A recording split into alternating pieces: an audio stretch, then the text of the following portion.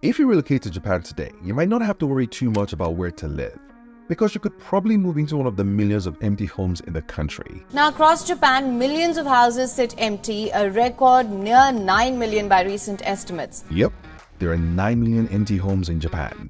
That's a pretty scary data point, but it gets even scarier. That 9 million number means that about 14% of homes in Japan are now empty or abandoned, with that number closer to 20% in small towns across Japan's countryside. So essentially, Japan's vacancy rate has grown by about 80% in the last 20 years. And yet, things could still get worse, because the Nomura Research Institute in Japan is predicting that the overall vacancy rate in the country, that is, the number of homes that are empty, could actually rise to as much as 30% by 2033, which, by the way, is only 9 years away. So, obvious question. Why does Japan have so many empty homes? The first reason is the most obvious reason. Japan's population is declining rapidly.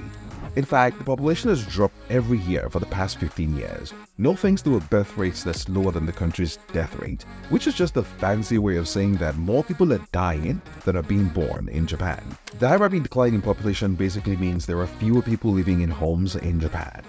And related to this rapid decline in population, the empty home problem is worse off in small towns across Japan's countryside, because millions of young Japanese people are moving away from these small towns to urban cities in the proverbial pursuit of happiness, which of course in this case means better jobs and opportunities.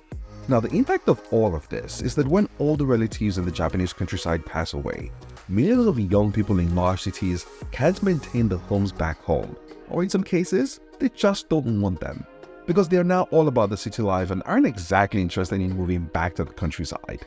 And so that brings us to another question. How about just selling these homes?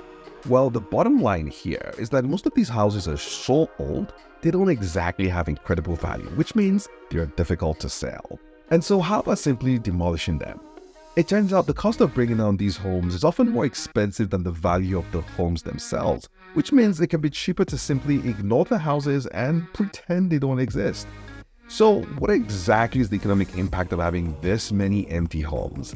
Well, the first obvious economic impact is that having 9 million abandoned and empty homes is a massive waste of resources, because these homes are sitting on valuable land.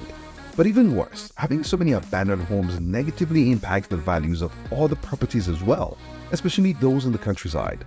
This also means that governments across the country earn less in property taxes and also have to spend a fortune in maintaining or managing these abandoned homes to ensure that they don't degenerate into becoming environmental hazards or risks. But maybe there's a silver lining to all of this, because having 9 million empty homes means that, on paper, there's an oversupply of homes in Japan, which, again, on paper, should mean that it shouldn't be too difficult to find or rent a home to live in.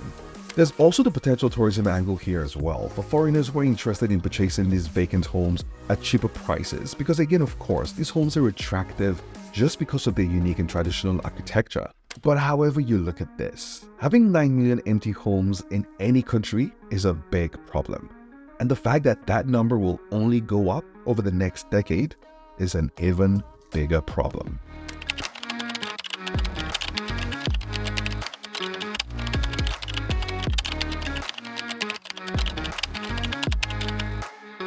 That's it for today. Thanks for watching. If you enjoyed this, then do give this video a thumbs up and don't forget to subscribe as well. And before you go, make sure to check out all the videos on the channel, starting with this one right here.